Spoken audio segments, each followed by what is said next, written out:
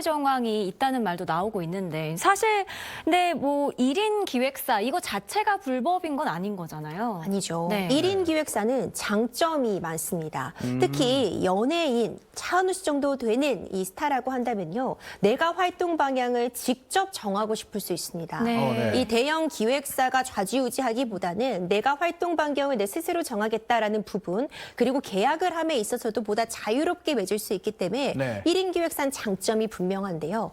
문제는 보통 1인 기획사는 가족이나 지인이 주요 업무를 담당하다 보니까 전문가가 아닐 수 있습니다. 네. 그러면서 놓치는 부분도 생기고 나도 모르는 사이에 불법적인 부분이 행해지는 경우도 있는데 모든 1인 기획사가 문제는 아니지만 이번 사안 같은 경우는요. 판타지오는 작은 회사가 아닙니다.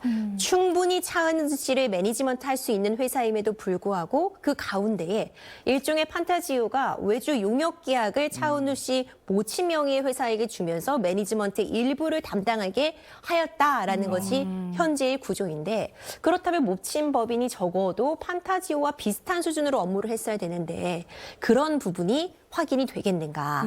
사실상 1인 기획사라는 걸 명분으로 내세워서 일종의 이 소득을 줄이고 탈세를 하기 위한 것이 아니냐라는 의혹이 제기될 수밖에 없고요. 결국 차은우 씨 측에서 어떻게 입증해내느냐가 현재는 굉장히 중요한 쟁점이 됩니다.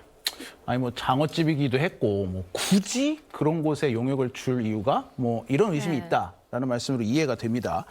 자, 기자님, 일단 이러다 보니까 네. 지금 차은우 씨가 이 국세청 조사 사국에서 조사를 받은 게 이미 입대 이전부터 받고 있었다라는 네. 얘기가 나오고 있고요. 이러다 보니 이 군 입대 자체가 도피성 입대 아니냐라는 의혹도 나와요. 이 부분은 어떻게 보십니까? 저도 사실 이 의혹을 보고 그렇게 생각할 수도 있겠다라고 생각을 했는데요. 네. 그런데 사실 엔터에서 일을 하다 보면 도피성 군입대라는 것이 그렇게 빨리 정해지진 않습니다. 왜냐하면 차은우 씨 되는 이 톱스타가 되면은 국내에서만 활동을 하는 게 아니라 해외 활동이 굉장히 많아요. 네. 팬미팅이 될 수도 있고요. 해외와 협업이 될 수도 있고 콘서트도 될 수 있습니다. 군 복무를 하면서요. 군 복무 이전에, 이전에. 네, 그래서 그 시기를 보통 소속사와 함께 조율을 하는데 만약에 도피성이라고 우리가 얘기를 한다면 엔터에서는 이 정도 톱스타 같은 경우에는 우리가 팬미팅을 한다고 해도 장소가 필요하고 콘서트를 한다고 해도 장소 예약이 필요하잖아요. 네. 이 모든 리스크를 안고 그런 군대에 가야 된다라는 이 이야기인데 사실 그거는 좀 현실적으로 어렵지 않나라는 생각이 들고요.